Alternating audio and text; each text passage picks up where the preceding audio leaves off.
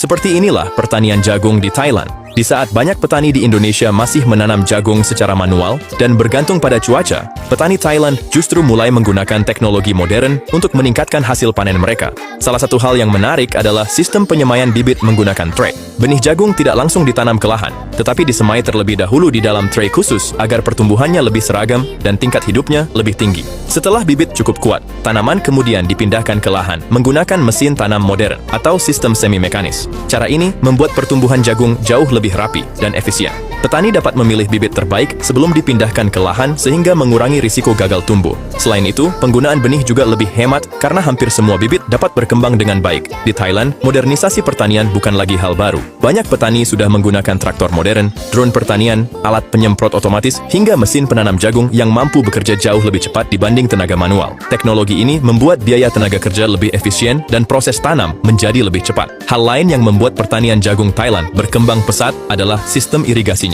Banyak lahan jagung menggunakan irigasi tetes yang mampu mengalirkan air langsung ke akar tanaman. Dengan metode ini, penggunaan air menjadi jauh lebih hemat dan tanaman tetap mendapatkan kelembapan yang stabil setiap hari. Irigasi tetes juga memungkinkan petani memberikan pupuk langsung melalui saluran air. Nutrisi menjadi lebih tepat sasaran, sehingga pertumbuhan jagung lebih maksimal. Hasil panennya pun lebih seragam, ukuran tongkol lebih besar, dan produktivitas per hektar meningkat. Tidak hanya mengandalkan teknologi, petani Thailand juga didukung sistem pertanian yang tertata rapi. Mereka memiliki jadwal tanam yang jelas, penggunaan bibit unggul, akses pasar yang baik, hingga dukungan pemerintah dalam bentuk pelatihan dan infrastruktur pertanian. Karena itulah Thailand mampu menjaga produksi jagung tetap stabil, bahkan menjadi salah satu negara pemasok jagung dan bahan pakan ternak di kawasan Asia.